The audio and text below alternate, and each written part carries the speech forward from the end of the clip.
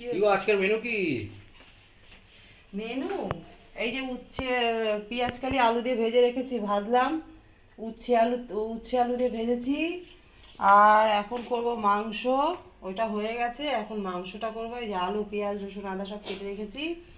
চিংড়ি মাছটা কাটবো, তারপরে এইটা আবার একটু ভাপে করবো, একটু নারকেল দিয়ে কাজু পোস্ত বাটা দিয়ে করবো। আর এটা কচু বাটবো, কচুটা বেটেছি, মানে সেদ্ধ করে নিয়েছি, বড়া করব এটা। ও আচ্ছা আচ্ছা, এই করবো। আর এই ভাত হয়ে গেছে, এই করব।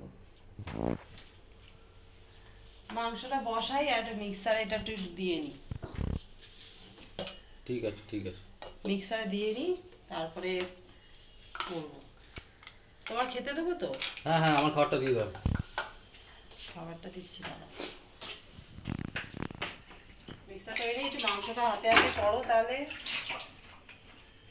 ছেলে এসে তো আবার খাবে।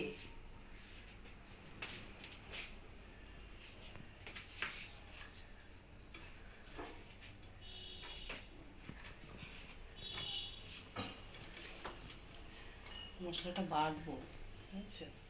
এটা বেটে তারপরে তুমি একটু আলুটা ভাজতে থাকো, বাটতে থাকো। তারপরে তা বাটবো। ঠিক আছে, তুমি করতে থাকো ধীরে ধীরে। হ্যাঁ ঠিক আছে।